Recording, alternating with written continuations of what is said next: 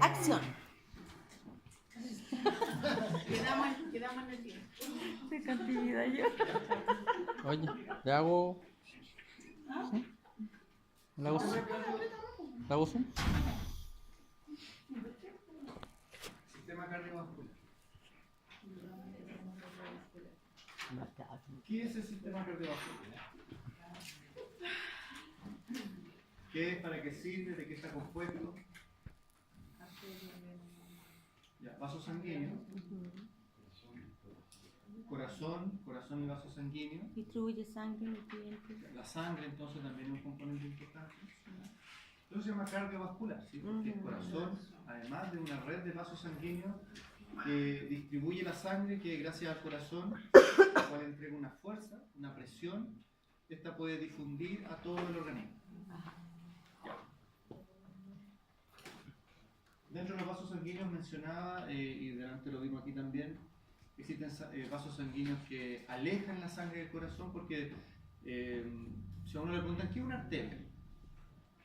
Uno diría No diría que no necesariamente que son los vasos sanguíneos que claro, salen del corazón. hay ciertas excepciones, por eso el decir que una arteria es un vaso sanguíneo que lleva sangre oxigenada no es del todo cierto. No. Son todos los vasos sanguíneos que alejan la sangre del corazón. Por eso la arteria pulmonar, aunque lleva sangre venosa, es una arteria porque está alejando la sangre del corazón hacia los pulmones. Y del mismo modo la sangre que entra al corazón con sangre oxigenada desde los pulmones son las arterias pulmonares. Por lo tanto las venas son todos aquellos vasos sanguíneos que traen de vuelta la sangre al corazón. Ajá. Y dependiendo del tamaño, ¿sí? Y no solo es que cambie el tamaño, también va cambiando la estructura. Porque ¿de qué están hechos los vasos sanguíneos? ¿De lípidos, carbohidratos? No. Hablamos de endotelio, capa muscular, eso. Musculatura lisa. Y no todos los vasos sanguíneos poseen la misma estructura. Por ejemplo, nosotros siempre hablamos de vasoconstricción, vasodilatación, es decir, tenemos claro que los vasos sanguíneos tienen la capacidad de aumentar o disminuir su diámetro. Pero eso, ¿en qué vaso sanguíneo ocurre? ¿En todos? La verdad es que no, porque no todos poseen una musculatura elástica que les permita cambiar su diámetro. Eso solo ocurre en el tejido arterial, especialmente en las arteriolas. Es decir, cuando nosotros hablamos que los vasos sanguíneos pueden cambiar su diámetro para regular, por ejemplo, la presión sanguínea, la verdad es que lo único que puede variar es el diámetro arteriolar. ¿Ya? Las venas, por otro lado, tienen muy poco tejido muscular elástico, ¿sí? Son mucho más rígidos en esos términos el tejido venoso, y eso es lo que genera problemas, por ejemplo, de retorno venoso en los miembros inferiores, en las piernas, sobre todo en los bípedos, ¿sí?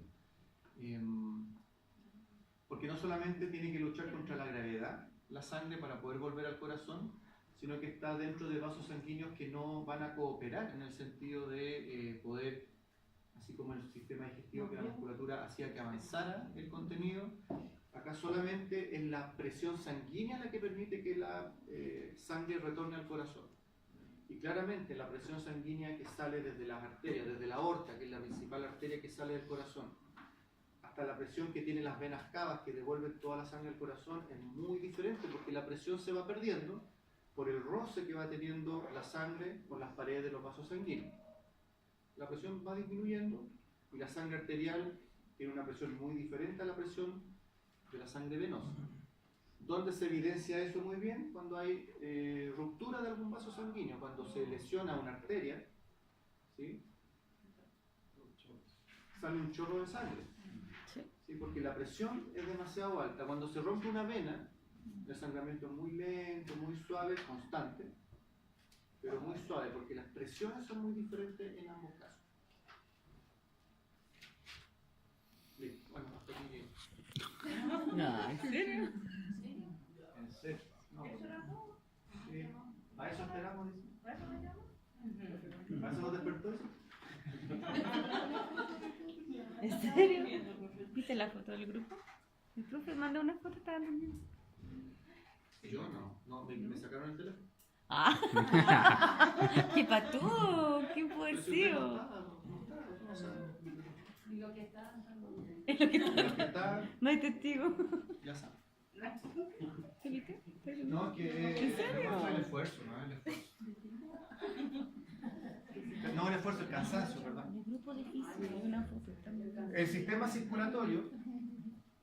circulatorio está formado por dos subsistemas. ¿Sí? Aquí en el fondo estamos recordando cosas de la enseñanza media en realidad. Un sistema circulatorio menor y un sistema circulatorio mayor. Un sistema circulatorio menor o Pulmonar. ¿no está acá? ¿Sí está? Cardiopulmonar. Y un sistema circulatorio mayor o sistémico. Sistémico. Como mencionábamos, las venas son los vasos sanguíneos encargados de devolver la sangre al corazón. Que además, y es cierto, es una sangre que tiene altas concentraciones de CO2 y altas concentraciones de desechos metabólicos, es cierto, sí. Así como la sangre arterial que se encarga de alejar la sangre del corazón. Y en realidad no digamos alejarla del corazón, sino que llevarla a los tejidos, a los órganos, a los distintos tejidos. Además, es rica en alta concentración de oxígeno, alta concentración de nutrientes. Mencionábamos, las arteriolas son los principales vasos sanguíneos que tienen músculos elásticos y por lo tanto pueden generar cambios en la presión arterial.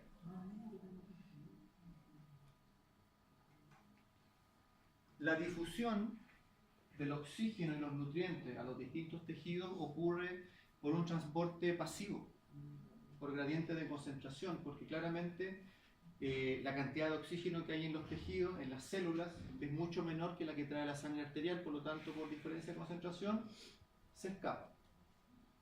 Y al mismo tiempo, como la concentración de CO2 de las células es mucho mayor a la que trae la sangre, el CO2, por difusión simple, pasa hacia la circulación.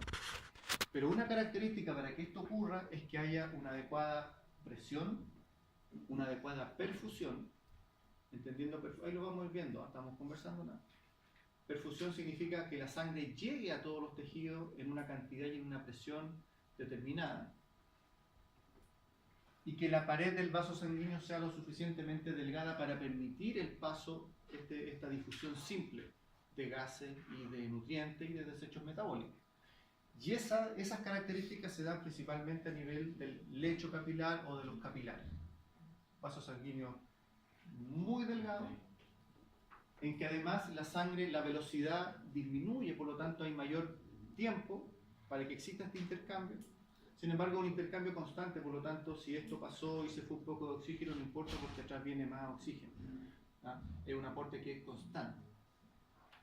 En ese sentido, los principales vasos sanguíneos entonces que sacan sangre del corazón son la aorta y la arteria pulmonar. Y de la aorta, del callado aórtico, entendemos callado como esta curva, ¿sí? Callado le llaman, los callados eran como los bastones que usaban los pastores, ¿cierto? Nace todo un sistema de vasos sanguíneos que irrigan los miembros anteriores y la cabeza. ¿Sí?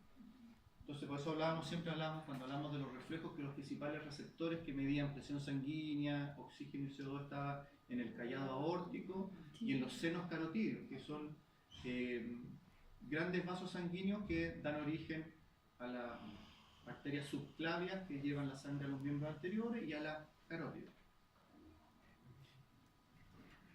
Y por otro lado, la aorta descendente, que es la que lleva toda la sangre a las vísceras y a los miembros inferiores, o los miembros posteriores en nuestros animales. Por otro lado, tenemos nuestro sistema venoso, que trae desde los lechos capilares toda la sangre, que se concentra en los miembros posteriores y en las vísceras, en la vena cava inferior, vena cava caudal en los animales, ¿sí? Y en la vena cava superior viene toda la sangre de la cabeza y los miembros anteriores. ¿Sí? En eso no tenemos mayor duda.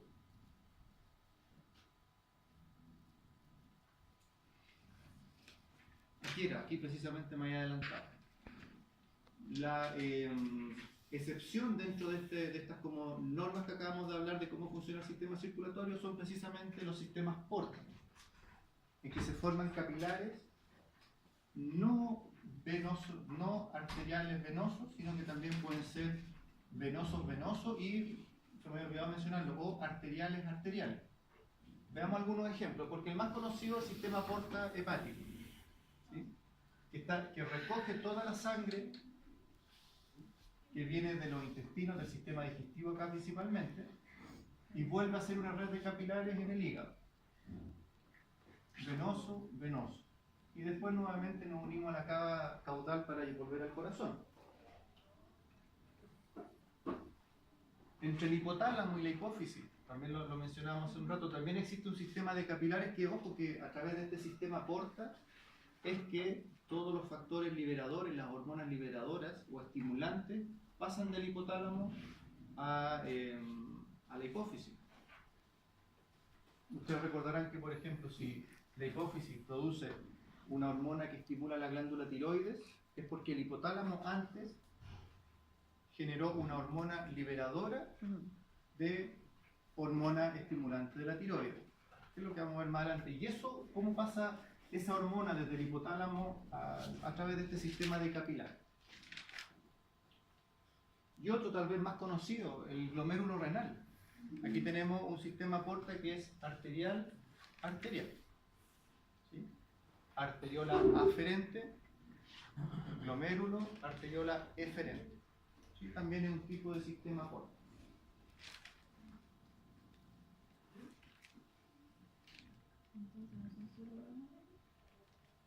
Esto en realidad nos adelantamos cuando nos conversamos de esto. Arterias, arteriolas, capilares, y luego vénulas y venas. Ojo, que decíamos que las arteriolas son las que tienen mayor cantidad de tejido elástico y permiten cambiar su diámetro, pero no tanto las arterias, porque las arterias en realidad tienen una pared mucho más gruesa que está diseñada principalmente para resistir altas presiones. ¿De acuerdo? Más que poder variar de manera importante su diámetro. Además que no es muy conveniente que una de las principales arterias del organismo disminuya su diámetro, porque estaríamos reduciendo el flujo sanguíneo a muchos órganos y tejidos. ¿Sí?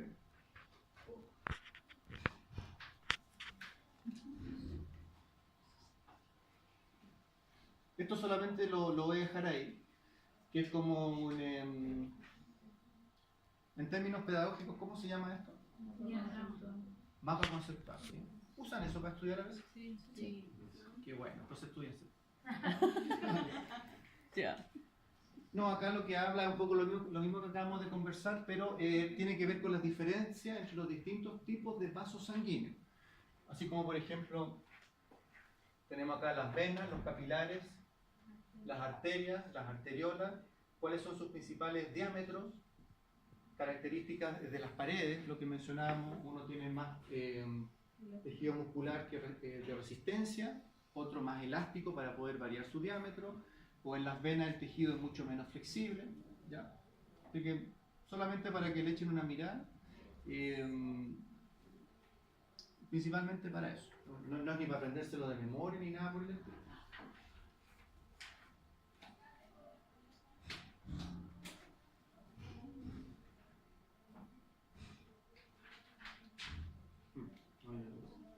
La principal función del sistema circulatorio, ¿cuál es?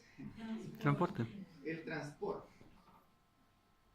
¿Y el transportar qué? ¿De acuerdo? Ahora, las patologías cardiovasculares, ¿por qué preguntamos transportar qué? Porque si el sistema cardiovascular falla, lo que va a fallar es precisamente el transporte de estas sustancias. Y en ese sentido las patologías pueden ser cardíacas o pueden ser vasculares. Por ejemplo, lo que se muestra en esta imagen, importante, las alteraciones cardiovasculares suelen ser secundarias más que primarias. ¿Qué entendemos por esa frase?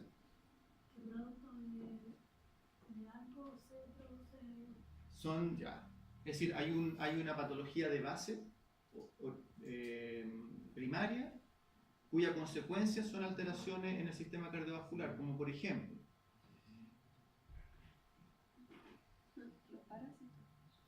sí,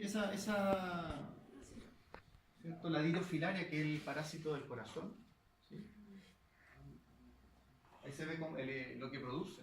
Porque bueno, lo que más se describe es que produce como un taponamiento, ¿sí? Finalmente produce un trombo de parásitos, que cuando logra llegar al corazón, bueno, cuando se desarrolla en el corazón, ¿cuál va a ser el primer vaso sanguíneo que va a obstruir?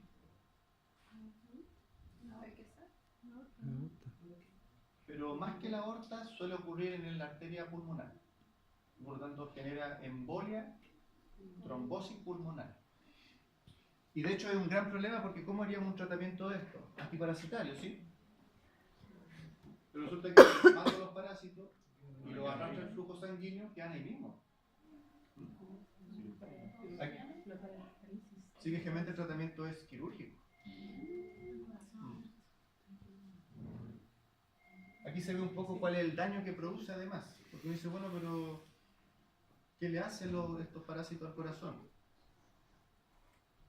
Aquí se ve cómo se incrustan en las paredes del corazón y el principal problema, además de alterar el flujo, ¿sí? También pueden afectar en las válvulas, ¿sí?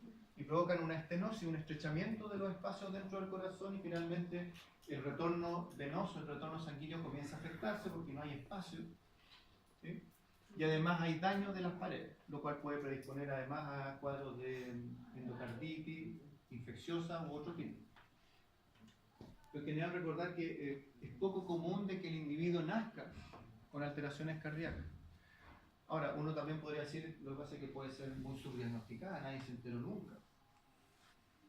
Puede ser. Tendría que ser, porque ¿cuáles son las malformaciones cardíacas que más se describen? ¿Sí? ¿Cuáles son, por ejemplo, las que típicos en patología nos enseñan? No hemos tenido patología. ¿Perdón? Es que los soplos, ¿qué es un soplo? Sí, es una insuficiencia valvular del corazón. Mi familia tiene spetum excavatum. Tiene hundido el tórax. Sí. Entonces el latido lo tiene diferente. ¿Pero el corazón tiene una estructura normal? No. Pero malformaciones cardíacas, por ejemplo, persistencia del conducto arterioso, tetralogía de Fallot. Tetralogía de Fallot. Ah, pero esas son 4 cosas. Claro. Pero al mismo tiempo, ese es el problema. Sí. En general, los mayores problemas, las malformaciones que más generan problemas en el corazón son las que hacen de que la sangre del corazón derecho se mezcle con la del corazón izquierdo. Y eso puede ocurrir o porque hay malformaciones en el tabique, en que el tabique central presenta. Y fíjense que algo que yo no sé, a lo mejor si ustedes me pueden dar su testimonio también. Yo al menos conozco 4 casos de bebés que nacen con esta alteración. Sí. ¿No conocen casos? ¿No han escuchado de casos? Porque describen de que están apareciendo con... Uno podría decir, bueno, es que ahora la tecnología permite a lo mejor diagnosticarlo. Pero, ¿y saben a qué le echan la culpa? Al plástico. Plástico. Por ejemplo, calentar la comida en envases plásticos. Tomar agua en botellas plásticas, el microplástico, sí, son partículas que se van liberando a lo que uno come. Eso ustedes tragan plástico. Y ojalá lo elimináramos, pero no, pues se deposita. Eso tiene un nombre, no me acuerdo cómo se llama. No, el PPA es el material, eso tiene otro nombre, lo que tú tomas, lo que se ingiere. Yo lo leí con F, no me acuerdo cómo se llama. Pero lo cierto es que cuando yo lo leí en la BBC, y la Deutsche Welle también lo tenía como noticia, decía que era muy parecido al estradiol químicamente, y de ahí se pensaba que podía tener un aumento en el europeo, tenían el estudio de personas con caracteres más femeninos que no se daban antiguos. Y tal vez en mujeres más problemas de quistes foliculares o problemas de fertilidad, etc. Por lo tanto, las principales malformaciones tienen que ver con tabiques cardíacos incompletos, o lo que hablamos del conducto arterioso persistente es que sale la vena pulmonar y sale como, y la aorta como que sale por encima. Una cosa así. Bueno, en la etapa fetal hay un conducto que une la arteria pulmonar con la aorta. Eso. Pero el agujero oval es el que está acá. Va adentro. Claro, el que no se cierra el agujero oval, ¿verdad? Mira, no me acordaba. Y persistencia del conducto arterioso en el fondo que el individuo nace y la unión entre la arteria pulmonar, sangre venosa, y la aorta, sangre arterial, permanece. Por lo tanto hay lo que se llama un shunt, que es mezcla de sangre venosa con sangre arterial. Y obviamente dependiendo del grado de estas malformaciones, y hasta podría no ser compatible con la vida, hasta con soluciones quirúrgicas. Incluso en la etapa fetal, digamos, llegar antes que nada. Complicado.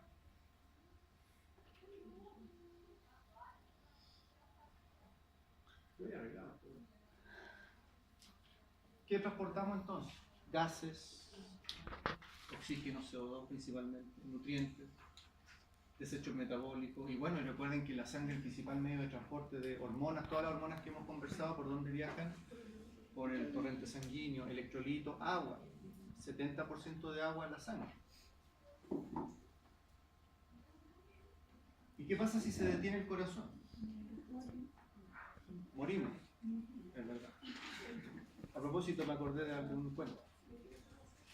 Resulta que había un tipo, en una oficina, había un tipo que siempre llegaba contento, animado, ¿sí? Incluso si era lunes. ¿Y se murió? Y muy amable, saludaba a todos, y toda la gente lo miraba así porque es como... ¿Sí? Y un día era tanta la curiosidad que uno se acercó y le preguntó, le dijo, oye, ¿sabes que te quiero hacer una pregunta así? ¿Sabes que todos te vemos siempre como tan animados, siempre con un dulcecito de regalo y preguntando cómo estás? Una actitud súper buena. Le digo, pues, ¿cómo lo hace? Entonces le dice que sabe lo que pasa, que me estoy muriendo.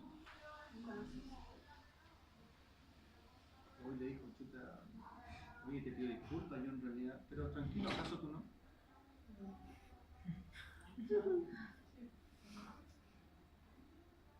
¿Me acordé de eso? Y si se detuviera el corazón, nos morimos. Claro, todo el transporte necesario para el funcionamiento celular lo entrega la sangre. El oxígeno, la glucosa es la base de la respiración celular para formar ATP, generar energía. Asimismo, sacar el CO2, sacar los desechos metabólicos son fundamentales para que la célula, el metabolismo siga de manera adecuada. Por lo tanto, sí, si se detiene, claro, morimos. Pero, profe, yo tenía entendido que hay como un minuto en que el corazón tiene como para revertir eso, o sea, puede estar detenido, pero son unos minutos. Ah, bueno, sí, por la reanimación, sí. Sí. ¿Eso es detenido o que esté fibrilando? Porque ese término yo no lo diferencio. Fibrilación es cuando hay contracciones demasiado rápidas y cortas. Porque en realidad la gracia de la contracción cardíaca, que lo vamos a conversar de ahí, no puede ser rápida porque si no, no doy tiempo a que el corazón se llene y expulse la sangre. La fibrilación, ¿por qué es un problema? Porque el corazón sigue contrayéndose, pero tan rápido que en el fondo bombea en vacío, digamos. La sangre no entra, las cavidades no se llenan, así que como que tira escupitos de sangre.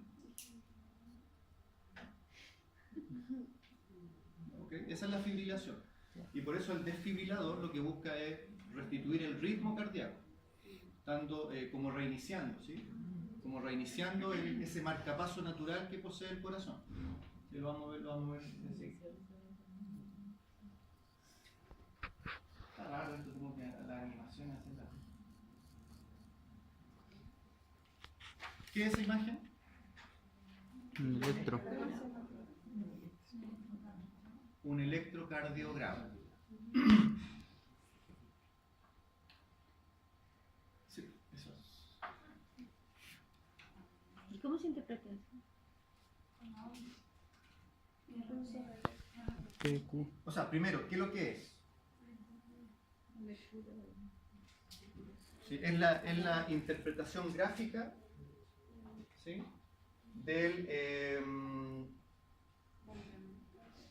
No, es la interpretación gráfica de los impulsos eléctricos del corazón. ¿Eso dijo usted? Sí, ella tuvo razón. Sí. Y es que lo vamos a ver más adelante, pero lo que representa cada una de estas ondas son los momentos en que se depolarizan las aurículas. A ver, depolariza aurícula, ¿qué significa eso? Que sale la sangre hacia el ventrículo. Pero en términos, si yo digo, las aurículas se depolarizaron, ¿ustedes qué interpretarían de eso? Impulso nervioso. ¿Qué? Sí, pues. Sí. Estamos hablando de impulso nervioso. Ah, no, ya. No, pero en términos prácticos. Pero en términos prácticos. Cambió la carga. ¿Ah? ¿Cambió la carga? ¿Y en términos prácticos qué significa eso? ¿Reposo? No. No entiendo. ¿El impulso eso? Y por lo tanto, si se generó un impulso en términos prácticos, ¿qué significa? Que el corazón se contrae. Contra. Depolarización es sinónimo de impulso eléctrico, sinónimo de potencial de acción. Y si se descarga, hay un potencial de acción, el músculo se contrae. Por lo tanto, la depolarización de las aurículas es cuando la aurícula se contrae. Y si les digo que esta onda es la repolarización auricular, se relaja porque está lista para volver a contraerse de nuevo. Entonces, esta parte, por ejemplo, refleja el funcionamiento de las aurículas. Y todo esto, la depolarización y repolarización del ventrículo. En términos muy simples, lo vamos a ver después, ahora solo lo comentamos.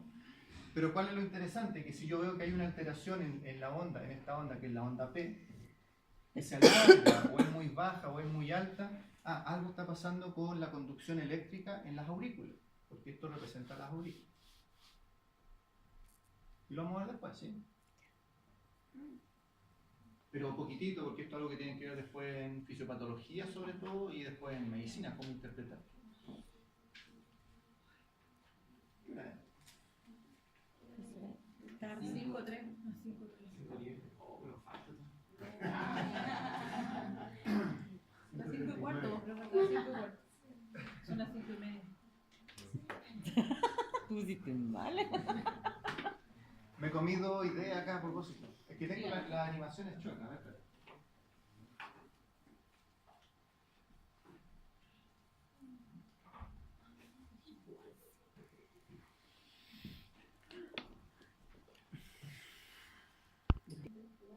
Ya, decíamos, ¿qué es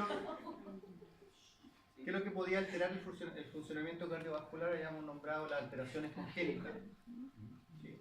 O adquiridas también. ¿Sí?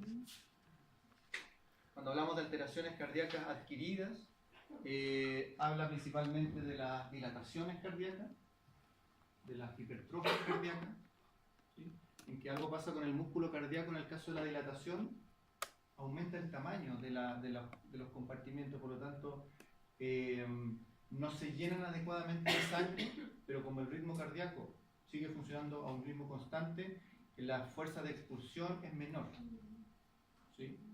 Y diferente es la hipertrofia cardíaca, porque tenemos un aumento, un crecimiento del músculo cardíaco que genera mayor fuerza, ¿sí? en la fuerza de contracción. Los parásitos, desórdenes electrolíticos por vómito o diarrea. ¿Por qué la pérdida de electrolitos o la alteración de los electrolitos podría afectar el funcionamiento del corazón? Pues se necesita la contracción muscular. ¿Por qué?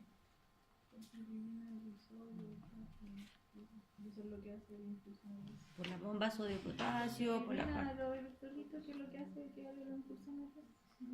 Como por ejemplo, sodio, potasio. cloro. Sí. Principalmente sodio, potasio. Sí. De hecho, conversábamos acá.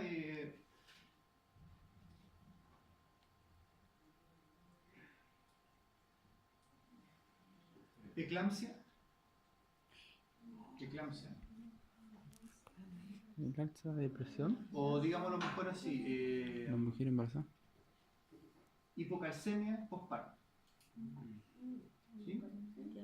Que lo hemos conversado, ¿no? ¿No? Pero hipocalcemia postparto, ¿qué problema debiera producir en un individuo? Entendemos que el calcio está muy bajo después del parto porque se empieza a gastar en la producción de leche. Así que los cachorros bien, digamos. Pero ¿qué pasa con la madre? Con hipocalcemia. No se puede mantener en pie. ¿Por qué? Porque falla la función muscular. Porque el calcio es clave, adecuadas concentraciones son claves para que ocurra la contracción muscular, como ya lo hemos visto. Tratamiento, calcio. ¿Sí? Pero parece que las vacas le dejan de dar antes de que sea el parto, ¿no? Un tiempo Para evitarlo. Para evitarlo. Claro, sí. Además se ocupan, se formulan dietas que tengan adecuadas relaciones calcio-fósforo, cosa que yo no sé mucho, así que no voy a decir más. Sí, pero para evitarlo, pero si ya estoy con el problema, Claro. eso es preventivo, pero ya estoy con el problema, administro calcio, principalmente en forma de gluconato de calcio. A la avena, en 10 minutos el animal ya está perfecto. Entonces ustedes quedan como rey y reina. Quedan bien, digamos. La pega se hizo bien. El problema es que el exceso, porque el gluconato de calcio también trae un componente de potasio.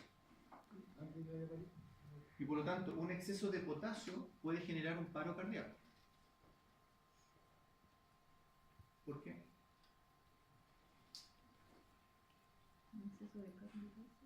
De No, de potasio. potasio. Puede generar. El potasio no tiene que ver con la El potasio no, con la contracción muscular era el calcio más que nada. ¿Cómo hacía? No, pues lo explicó la No, vez pero- pasada, pero- era porque igual que no algo Sí, hablamos, cuando hablamos de los calambres.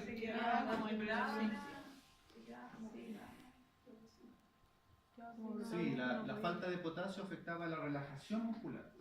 La falta de potasio. ¿Y qué pasará con un exceso de potasio? Yo sé que quiso decir un exceso de relajación. En términos del impulso nervioso, si yo tengo un exceso de potasio, la depolarización neuronal es mucho más complicada, porque tengo demasiado potasio versus una cantidad normal de sodio, por lo tanto la inversión de las cargas se hace muy complicada para alcanzar el umbral que permita que el impulso eléctrico se forme. En otras palabras, cuesta mucho que se generen potenciales de acción. Y a nivel cardíaco, ¿eso en qué se traduce? Bajan los latidos cardíacos, de hecho lo primero que ocurre empieza a presentarse una bradicardia que puede terminar en un paro cardíaco.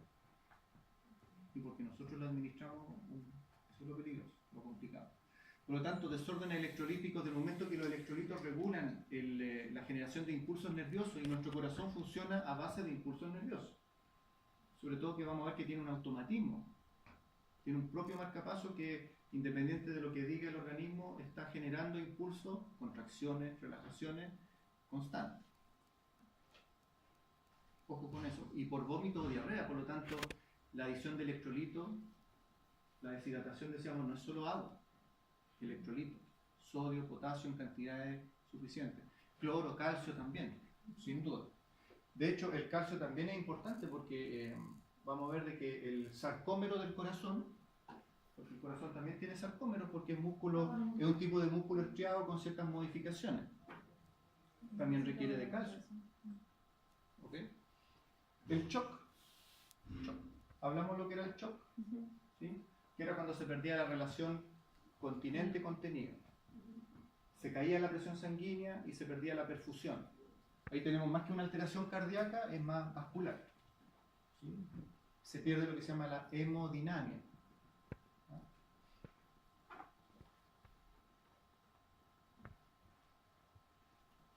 El sistema circulatorio funciona a base de presiones. ¿Sí? Y el principal órgano que entrega esa presión es el corazón. Pero para que esa presión funcione y actúe adecuadamente, necesito de un sistema circulatorio que esté lo más sano posible, lo más flexible posible, ¿sí? Y en ese sentido, hay varias presiones que permiten de que esto funcione adecuadamente. Primero, tenemos la presión de perfusión, que como dice ahí, es la presión necesaria para que la sangre llegue a todos los tejidos. Recordando que el concepto de perfusión era ese. ¿Y quién crea esa presión? El corazón. ¿Cierto? Una presión, un latido cardíaco. No solo en frecuencia adecuado, sino que en fuerza también. Permite que la presión que se genere dentro de los vasos sanguíneos sea suficiente para que perfunda todos los órganos y tejidos. ¿Y qué significa? Corresponde a la diferencia de presión en ambos extremos de un vaso sanguíneo. Es decir, para que la presión de perfusión sea adecuada, la presión acá tiene que ser mayor que acá. Porque si la presión es mayor acá que acá, la fuerza se hace en sentido contrario. ¿Dónde puede tomar importancia esto? Estrechamiento de vasos sanguíneos. Claramente, aquí hay mucha más presión que acá, porque tengo un menor contenido con el mismo volumen. Ya, no es el vaso sanguíneo el que se estrechó, pero un trombo, una estenosis, capas de colesterol, por ejemplo. Eso afecta la perfusión de los tejidos. La segunda presión para que nuestro sistema circulatorio funcione adecuadamente es la presión de difusión. Que lo acabamos de comentar cuando hablábamos de los capilares. La difusión, ¿difusión de qué? La difusión de gases, de nutrientes, de metabolitos a través de la pared del capilar, desde la sangre a la célula, de la célula hacia la sangre. Como dice ahí, la presión de difusión permite que las sustancias difundan desde el capilar sanguíneo hacia las células. ¿Qué es lo que debe atravesar el oxígeno, por ejemplo, o la glucosa para pasar desde la sangre a una célula? La pared del capilar, el tejido intersticial, el cemento que está entre el vaso sanguíneo y la célula, y luego finalmente entrar a través de la membrana plasmática a la célula. Y eso ocurre por gradiente de concentración, es decir, es un transporte pasivo, no gasta energía. Pero como es una difusión lenta, requiere de proximidad entre los tejidos. ¿Sí? Por eso ocurre de manera muy estrecha en los capilares más pequeños, que están íntimamente adosados a los distintos tejidos, a las distintas células. Y con esto vamos a terminar en realidad. Y por último, el concepto de resistencia periférica. ¿Qué es la resistencia? ¿Qué es la resistencia? ¿Qué entendemos por resistencia? Ya. Y en términos de vaso sanguíneo, ¿cuál será la resistencia de un vaso sanguíneo? Que tenga cierta capacidad de como de estirarse, ¿no? Sí, y de soportar la presión. Soportar presión. Porque para que la presión se mantenga, tiene que haber una resistencia que sea constante, porque si frente a una presión las paredes ceden, pierdo la presión inmediatamente. Entonces tiene que existir una resistencia periférica, una resistencia en todos los vasos sanguíneos, que es lo que permite que en una casa el agua fluya por las cañerías sin problema, porque ahí, como son rígidas, la resistencia nunca se pierde. Pero nuestros vasos sanguíneos son elásticos, cambian. Yo necesito que haya una resistencia, es decir, la fuerza que se opone a la presión. La presión, la sangre presiona la pared del vaso sanguíneo y esta genera una resistencia. Eso permite que la presión se mantenga constante a través del avance de la sangre. Entonces, como dice acá, la resistencia es la fuerza que ejercen los vasos sanguíneos contra el flujo sanguíneo, ¿sí? ¿Y de qué va a depender? Del calibre del vaso sanguíneo, porque mientras más grande, menor resistencia hay, pero cuando el vaso sanguíneo se va haciendo pequeño y voy más apretado en el vaso sanguíneo, hay mayor resistencia. Y la viscosidad de la sangre. ¿De qué depende la viscosidad de la sangre? Entendemos el concepto de viscosidad, ¿sí? Los componentes que llevan y la cantidad de agua. ¿Albúmina Más que de también? agua, son los componentes sólidos. Y lo que el principal factor es la cantidad de glóbulos rojos. Recordemos, son millones de glóbulos rojos por microlitro de sangre. Por lo tanto, la sangre más viscosa suele ser producto de mayor cantidad de glóbulos rojos, más que proteína, de albúmina. La resistencia tiene una relación inversa con el flujo. Es decir, mientras más fluye algo, es porque hay menos resistencia contra la pared. Mientras más resistencia hay, mayor dificultad en que el fluido avance. ¿Ok? No es la idea entrar como a hablar de física en esto, aunque al que le interese estudiar esto en profundidad va a tener que entrar a física, sino que solamente hacernos una idea de que esto es un sistema que funciona bajo leyes físicas en realidad. ¿Ok? ¿Vamos listos? Mira.